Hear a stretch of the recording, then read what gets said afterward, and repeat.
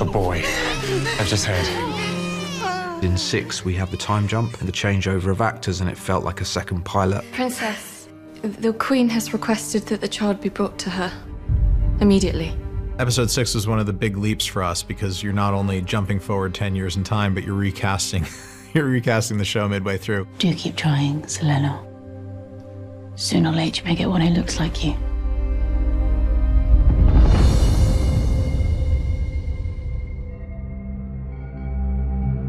I have to believe that in the end, honor and decency will prevail.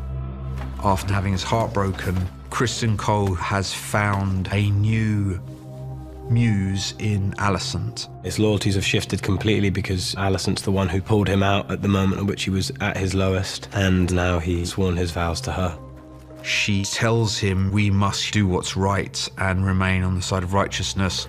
He takes that as a reason and an excuse to expose as much as possible Rhaenyra's wrongdoings, and Criston Cole cannot help himself.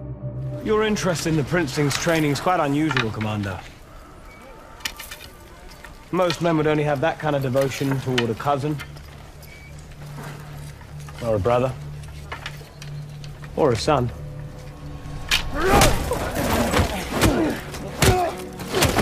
Criston Cole was not there to fight back. Criston Cole's rationale is, if I can goad this guy into a fight, Say it again! it proves the point. Say it again!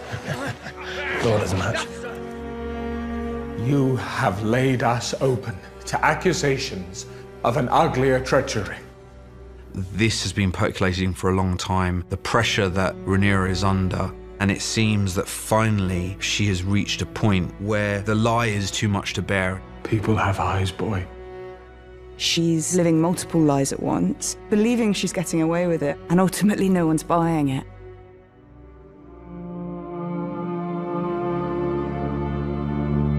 When Viserys names her heir, that comes with an understanding that she'll have to change. But that piece of information is never received, and so behaviours that she had previously are suddenly met completely differently.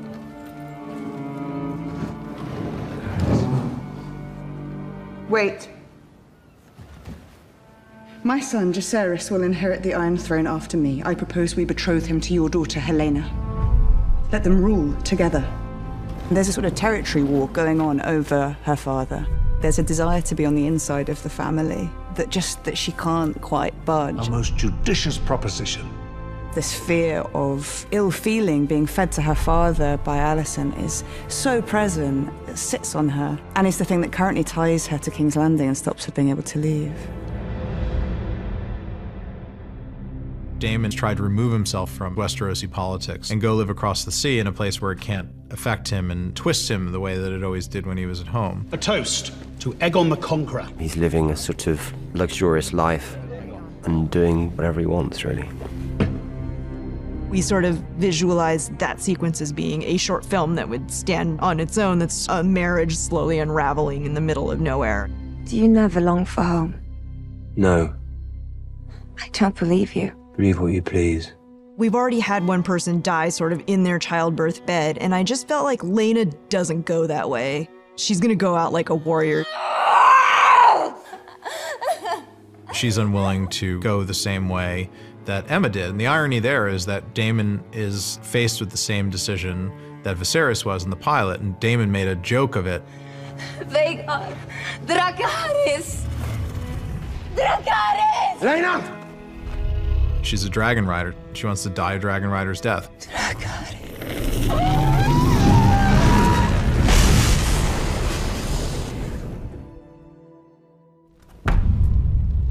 Episode 6 brings into focus one of our villains, and that's Varys. The Queen makes a wish. What servant of the realm would not strive to fulfill it?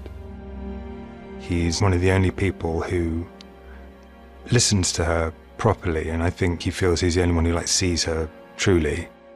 Your father was a good man. He's a player, and he's looking into the future and seeing what she is going to be. And he sort of placed his chips, and then we'll wait for that to come home for him. You cannot say your father would be impartial in this matter. No, but he would be partial to me. When she says, I wish my father were here, a normal person would say, oh, I'm so sorry for you, why don't you write him a letter? Larys hears, go out and kill my father and my brother so that the king doesn't have a hand so you can bring your father back. By claiming that he did it as a favor to her, he catches Alicent in a net. So he gets a much bigger prize in that than just becoming the Lord of Harrenhal. And we had 2 deaths by fire in the episode. At the end of the day, both Daemon and Rhaenyra lose the person who had shored them up and given them the ability to maintain the life that they had been living. We're leaving. To Dragonstone, then? I should have left years ago. Now this is adult Rhaenyra. She's no longer the impetuous teenager. She's much more thoughtful and calculating in the way that she approaches things. In the end, episode 6 is the beginning of the shift where the story starts to become about the children. It's not just Viserys and Daemon and Rhaenyra and Alicent. It's also this new group of kids. It's Aemond and Aegon and Jace and Luke.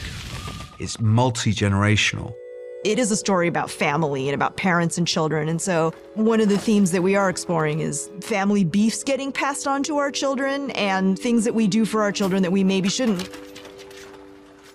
Those are the children that are going to essentially fight in this coming war together. There's a whole bunch of unsaid, unspoken drama within these families, and Viserys' deeply seated internal family problems come to boil over later on in the series. You may do as you wish, husband. When I am cold in my grave. Alicent.